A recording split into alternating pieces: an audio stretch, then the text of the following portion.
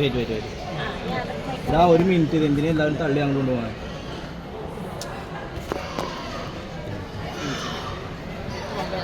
പൂജ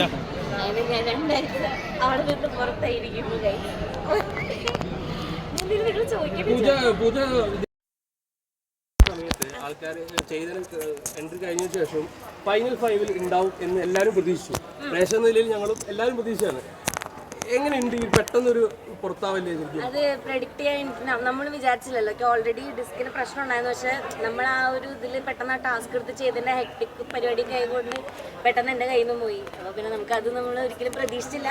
പക്ഷെ എൻ്റെ ഒരു വിശ്വാസത്തിൽ 2 ആഴ്ച ഞാൻ നന്നായി ഗെയിം കളിച്ചു തന്നെയാണ് എനിക്ക് തോന്നുന്നത്. കുറേ പേര് ചോദിച്ചു എങ്ങനെയുണ്ട്, ഹെൽത്ത് എങ്ങനെയുണ്ട്, നമ്മളെല്ലാവരും കൂടെ ഉണ്ട്, സപ്പോർട്ട് ഉണ്ടെന്നൊക്കെ പറഞ്ഞാൽ ഒരുപാട് സന്തോഷം. പിന്നെ വീണ്ടും നിങ്ങളെ പോലെ വർക്ക് ചെയ്യാൻ തന്നെ ഞാൻ ഇനി വരാൻ പോണത്. എനിക്ക് ഡിസ്കിന് കംപ്ലൈൻറ്റ്. അപ്പോൾ ഡിസ്ക് ബൾജ് ചെയ്തു, നെർവിൽ വന്നിട്ട് ഹിറ്റ് ചെയ്യുന്ന പ്രശ്നമായി. അപ്പോൾ എനിക്ക് കുറേ നേരം നിൽക്കാൻ പറ്റില്ല, ഇരിക്കാൻ പറ്റില്ല, അങ്ങനത്തെ കുറേ സീനുകൾ.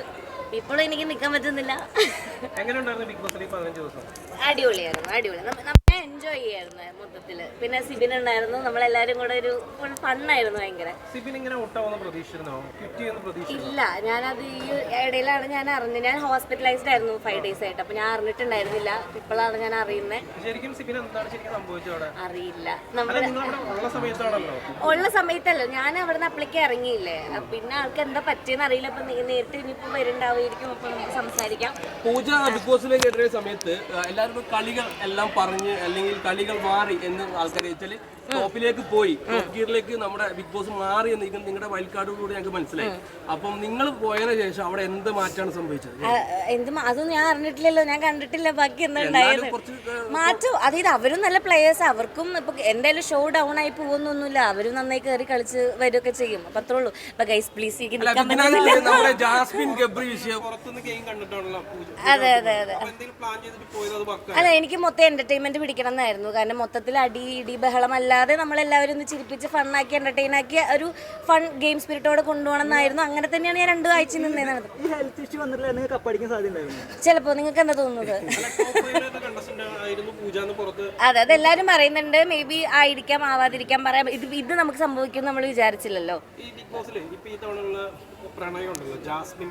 അതൊന്നും എനിക്കൊന്നും പറയാല്ലേ.